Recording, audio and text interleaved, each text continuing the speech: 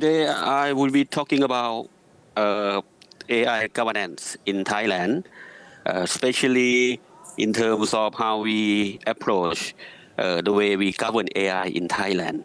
Okay, so just give you an overview of the AI landscape of Thailand.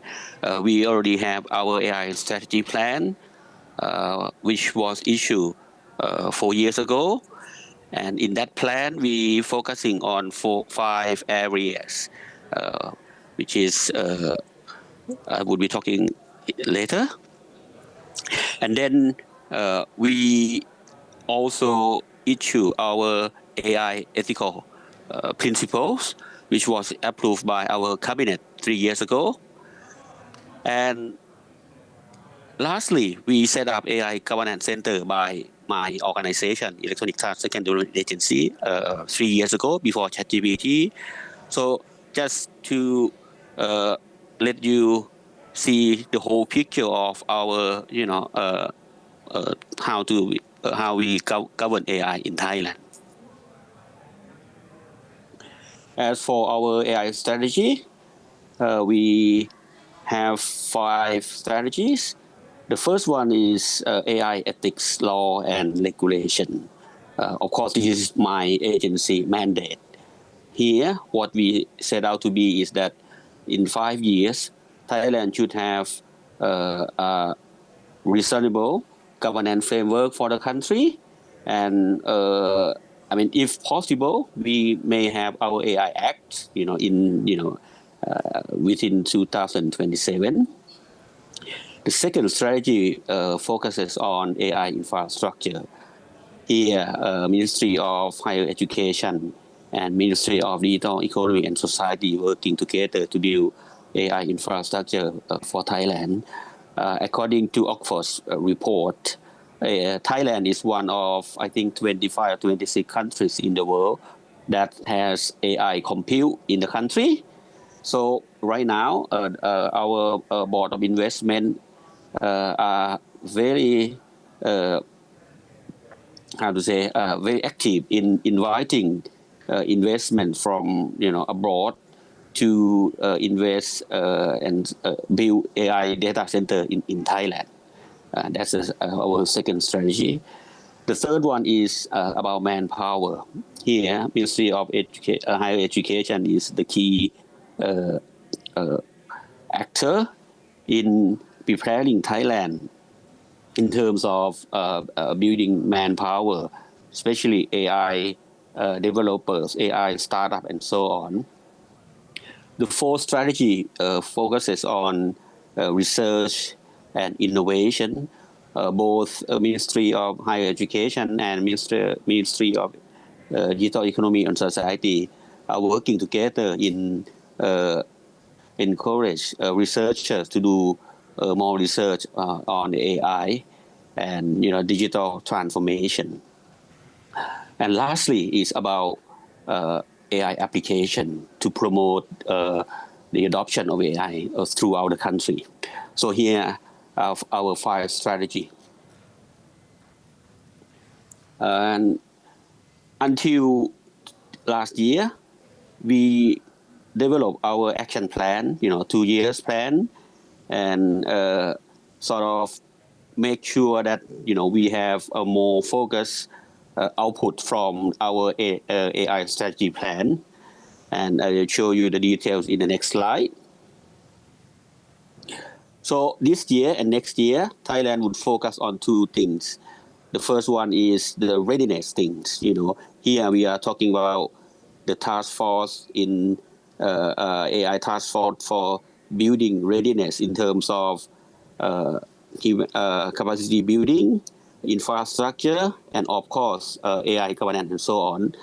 And at the same time, we also try to make AI adoption in certain sectors, for example, public service, education, financial, tourism, and so on. So with this framework in mind, the underlying infrastructure would have to be ready to support the adoption and so on. And of course, the computer networks, GPU, cloud, are also, in the building blocks to support these two focuses for our 2 years plan. And the objectives of these 2 years plans, here are some of the figures. For example, try to develop manpower in AI, something like try to train Thai people, at least 10 million people. Try to develop AI professional, at least 90,000, and some 50,000 AI developers in 2 years. And then in the infrastructure, we hope that we would invest at least 500 billion baht in the cloud and AI data center. And also we would focus on open source AI infrastructure as well, and also create a project to make use of the data for the AI. Here, Ministry of Higher Education is the key player in driving this open source AI infrastructure. And lastly, it's about try to promote the use of AI in certain industry, which we hope that would be in the total of something like 5,000 million baht, something like that. Okay, this is the next year plan, next year target. Just give you a little bit about AI ethical principle of Thailand, which is, as I mentioned before, that it was approved by our cabinet 3 years ago. As you can see from these slides, they are very much like other countries' AI principles. So basically, we based on OECD ones, which was introduced in 2019, and make it very, very concise for Thailand. So you will get things like make sure that Thailand would adopt AI in a way that would make our country competitive and create sustainable development and so on. Things like ensure the compliance of laws, ethics, and international standards. In terms of AI principles, things like transparency, accountability, are also the key principles, and of course security and privacy, and in the end, fairness, reliability are also the two major principles that we focus on. So with these 6 AI principles, my agency has a mandate to implement these principles. So we set up AI Governance Center in 2022. As I mentioned, it's one month before ChatGPT, and after that is the rest of history, as you know it. Here, the mandate of AI Governance Center by EDA is to do research and development in the AI governance domains. Here, we expect to have researchers to do research on things like, how can we make sure that we would develop the guideline, standards, toolkits, and so on, in a way that would help Thailand organizations, both private and public sector, to use these guidelines when they adopt AI. The second mandate is about AI governance testing. Here, we focusing on developing tools to do some LLM benchmarking, especially in the Thai context. As you know, that the Thai language is very, very unique. So in order to make sure that, when we want to use things like ChatGPT or Gemini in our country, so that we know that these AI application, won't, make the wrong output in terms of the Thai context and so on. Here we going to set up AI sandbox for our developers to test their, large language model as well. The third mandate is consultation to any organization in Thailand. And lastly, is about, create collaboration among organization domestically and international. Here we have been working with UNESCO, OECD, and GPAI. So you can see that relationship between our master plan, AI ethical principle, and AI governance center are actually try to make sure that when we drive the use of AI in Thailand, this would be in line among themselves. So in order to make sure that AIGC is on par with international standards, we set up our International Policy Advisory Panel, which is IPAP. Here we invite people from around the world to be our advisory board.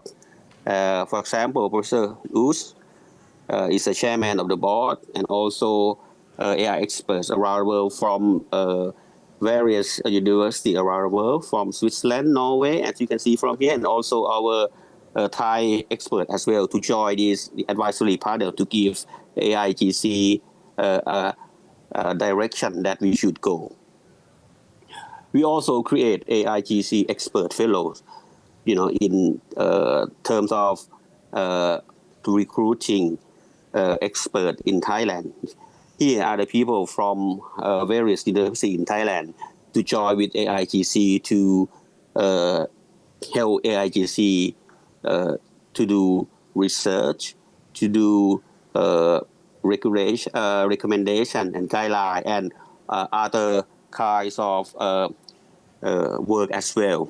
So as you can see here, that we have been really working hard. You can see from in the next slide that there is so many things to do, when it comes to driving governance in the country. And here are actually the team. Dr. Chayana is EDA director, and this is my team, working together. So as you can see that, we didn't have many people. So that's why we need to create a network of experts to work with us. Okay. Here is the highlight, how we approach AI governance for Thailand. We think that it should be a multi-layer governance. The top one is about international or national level. Here, Thailand should have some sort of the way we balance certain things. For example, AI sovereignty. Here, Thailand should think very, very carefully in terms of what kind of things that Thailand would have to do by themselves versus working with other countries. And of course, we have to make sure that the things that we would like to make by ourselves is really what we need to do. We don't need to do everything, every thing. So here is a sort of balance between make sure that we have people to invest in Thailand, but also we have also build our own capacity as well. I give you an example. Right now, I think at least 3 organizations have developed Thai large language model. So this is a good an example of govern AI at the national level. Of course, there are other issues such as inequality, future of jobs, and so on that we need to make sure that Thailand have a clear roadmap of accommodate this kind of issue. The second level is sectoral level. Here, my organization have been working with regulators, so that is them, the regulator. We think that it should be them who actually should regulate the use of AI in their sector.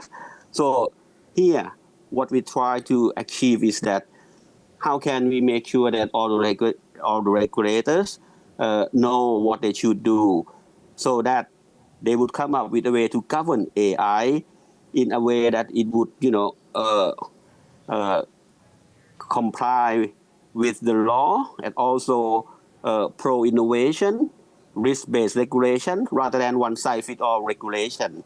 Right now, I think there are at least 4 or 5 regulators in Thailand who have issued AI governance policy for their sector.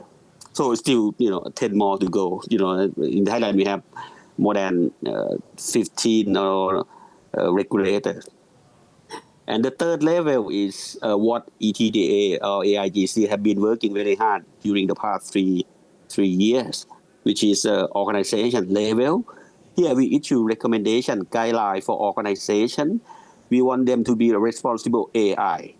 So here, how can we make sure that when organization adopt AI, they know how to balance between compliance and business value?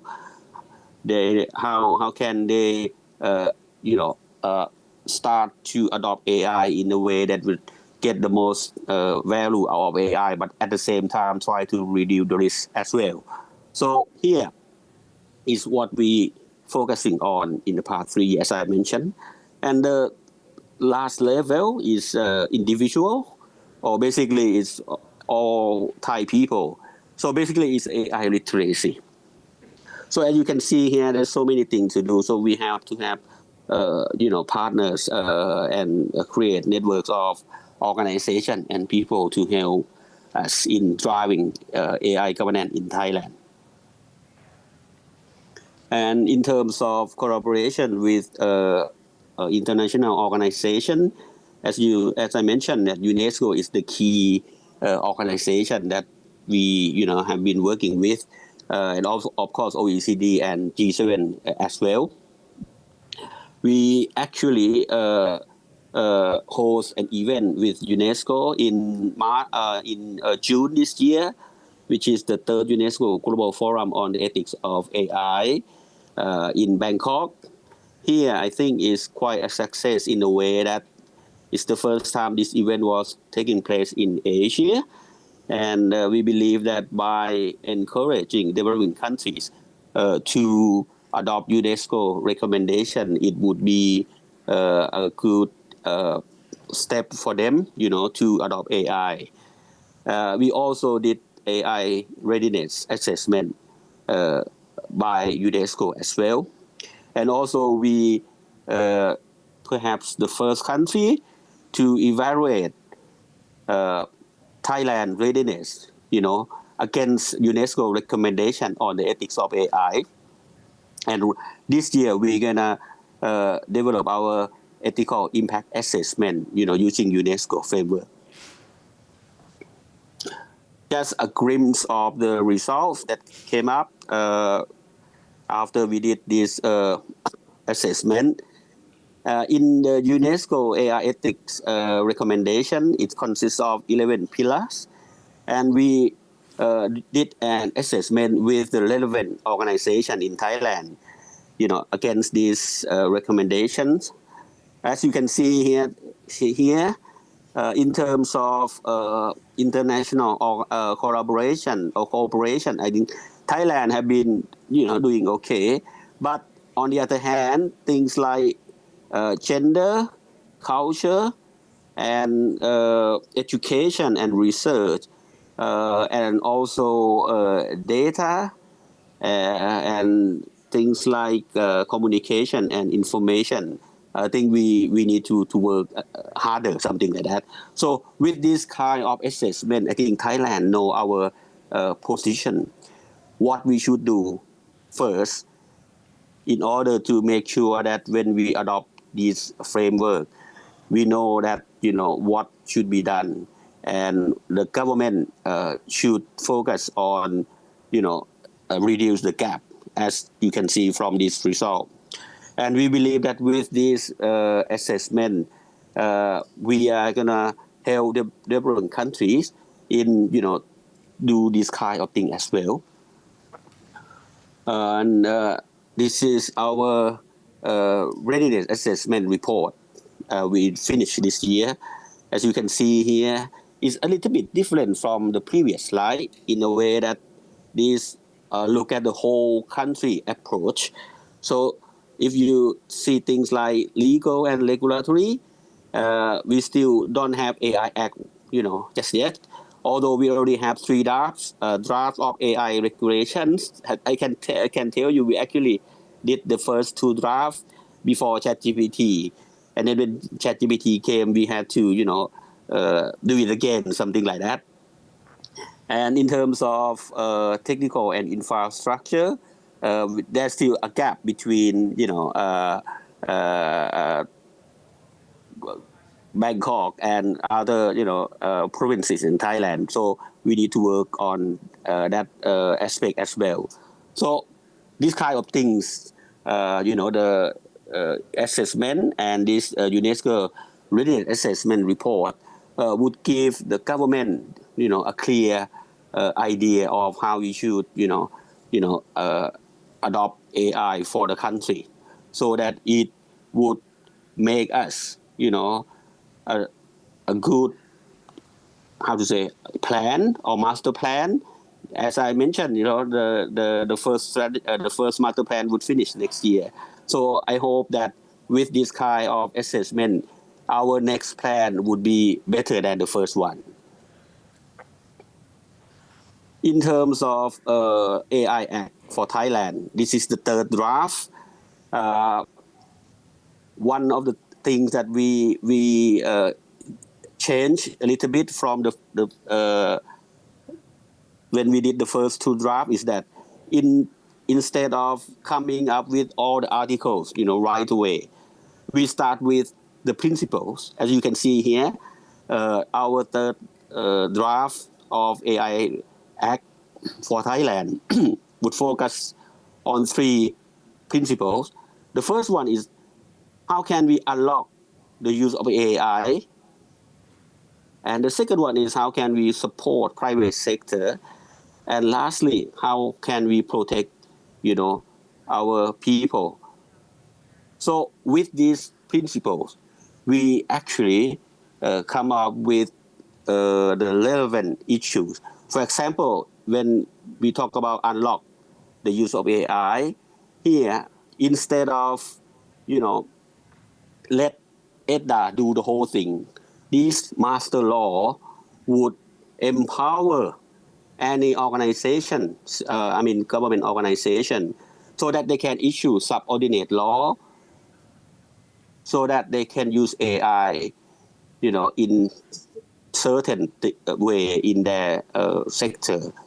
For example, right now, Ministry of Transportation doesn't have something to do with self-driving car. So with this law, they would be able to issue or subordinate law, so that we can allow self-driving car in Thailand.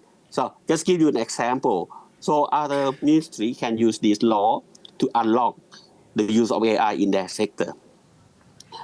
The second principle, we would focus on make sure that we can use data to train AI and so on. And of course, the sandbox mechanism is also important too. So certain ministry who doesn't have any mechanism to do sandbox, they can use this law to do something like that. And lastly, it's about protect user.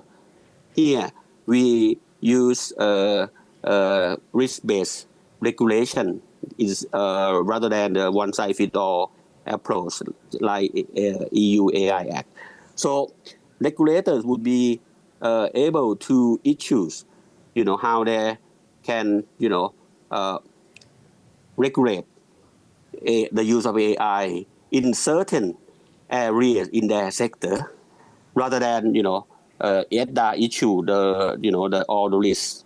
So with these 3 principles, we actually did a public hearing with the public and organization in Thailand, and also global big techs, Google, Facebook, and everyone, you name it. It seemed that everybody is happy about this principle. Now we have a job to come up with the good details of each principle. So give you an idea that the way we approach AI Act is try to involve everybody so that this law is not only protect user but also unlock the potential the use of AI and also support organization to use AI in Thailand. And we also did the AI readiness as a survey in 2024. We actually take the Singapore framework, and right now, currently Thailand readiness in terms of AI adoption is around AI aware, which is I think still have much to do for most of organization in Thailand to adopt AI. Dr. Sok. These are Dr. Sok. Yes. A wonderful talk. About 2 minutes, and then we'll have time for a question or two. Right. Okay, I will be quick, Professor JP. These are activities in this year. Okay, I won't go much in detail. And these are the guidelines and recommendations that have been issued in the past 2 years. Okay, and in that governance framework, we focus on the three pillars. Make sure that they have AI governance structure in their organization, and they come up with a good strategy and risk management, and also make sure that when they operate their AI system, it comply with the law and so on. So with this recommendation, we have been training a lot of organizations to adopt AI, according to our AI governance framework. So I won't go into detail. You can actually download there's an English version as well. And also we have developed AI toolkits for organization, risk assessment, value assessment, use case canvas, and so on. And these are examples of our collaboration activity with UNESCO ECD. And lastly, we propose to UNESCO in June that we will set up AI Governance Practice Center as a UNESCO Category 2 center so that we can help developing countries to, come up with, teach them how to draft their AI strategy, governance framework, and so on. We need 2 years to get endorsement from UNESCO. And this is a little bit an overview of AI Governance Practice Center. Okay, Professor AP, and this is the timeline in 2 years from now. Okay. Thank you, Dr. Sok. That is the end of my presentation. And I hope you get right. Thank you. And Dr. Wells will ask a question or two, and wonderful overview of the Thai initiatives. Dr. Wells. If you look at the competing philosophies about AI in, say, the US and Europe, and of course also in China, which do you find to be most compatible with Thailand's vision? Well, I think we would combine both, the US approach and EU approach, because both approaches have good quality.